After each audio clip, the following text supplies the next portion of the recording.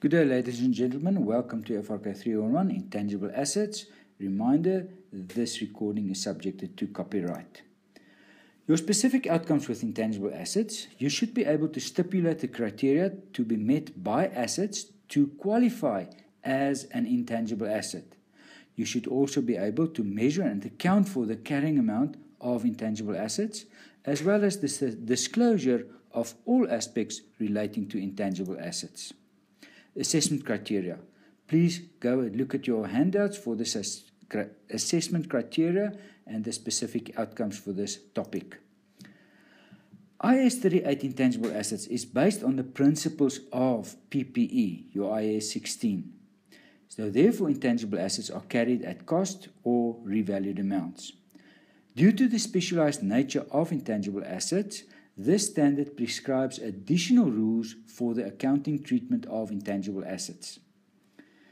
Now, these are assets without physical substance, but with a value that can be sold or used to generate economic benefits. According to the conceptual framework, physical substance is not a requirement to be recognized as an asset. So therefore, the conceptual framework is also applicable to intangible assets. Examples, trademarks, patents, and copyrights. An asset is a resource controlled by the entity as a result of past events from which future economic benefits are expected to flow. The definition of intangible assets in this standard, it is defined as an identifiable non-monetary asset without physical substance. In this regard, please go and look at the inclusions and exclusions per your GARP handbook. The identifiable part. It is separable from other assets or the rest of the entity. It can be sold, it can be transferred or licensed, rented out, or exchanged individually, or they arise from contractual or other legal rights. Non-monetary asset, that is self-explanatory, without physical substance. Some intangible assets may be contained in a physical substance or a physical form, such as your computer software on a CD or your license or patent agreements contained in your legal documentation. Now, how should these be accounted for in terms of PPE or in terms of intangible assets? Judgment is required to assess which element is more significant. But let us have a look at examples. An operating system of the computer, such as Windows, forms an integral part of the hardware of that computer. Without it, the computer will not be able to run. Therefore, we will classify it as part of that asset under PPE. But other software, such as Pastel and other purchased software for specific reasons or dedicated software, will be included under intangible assets. Recognition. Now, these intangible assets will only be recognized in the statement of financial position if the asset meets the definition of an intangible asset. The recognition criteria are met. And what are these criteria? It is probable that future economic benefits from the asset will flow to the entity and the cost of the asset can be measured reliably.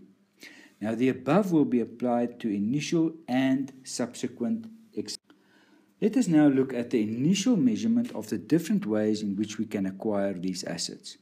Separate acquisition by way of purchase, direct costs of assets acquired, plus the costs attributable to preparing the asset for its intended use.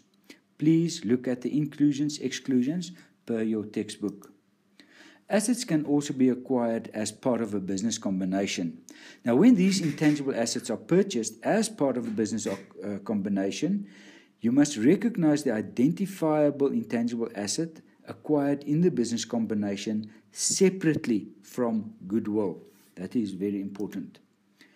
By way of government grants, if you receive an intangible asset such as a government grant, we are not doing this in FRK 311. Exchange of assets, just as with PPE, the fair value of the asset given up is your initial recognition. If that is not available, then the fair value of the asset acquired will be taken as your initial recognition. Please again look at the exceptions. Internally generated intangible assets. Here we have goodwill, trademarks, mastheads, etc., and other internally generated intangible assets. As a business grows, you also grow the goodwill relating to that business. But we have to determine if we can recognize this. Now, because it is not separately identifiable from the rest of the entity, it cannot be controlled by the entity, and it cannot be measured reliably. Therefore, it cannot be recognized as an intangible asset. The same goes for internally generated trademarks, mastheads, etc. It is not separately identifiable from the rest of the entity. Costs of development of the trademark cannot be distinguished from the development of the business as a whole, and therefore it is not recognized as an intangible asset. On the other hand, we have internally generated assets such as development costs. Now, if these assets comply with the asset recognition criteria per this standard, then we can recognize it as an asset. But in this regard, we will go to lecture number 2. Costs normally expensed. Now, with internally generated intangible assets, certain costs will not be taken as development cost or cost to be recognized. And these are research costs, training costs, advertising costs, relocating costs. They are specifically excluded. Thank you. Back to your studies.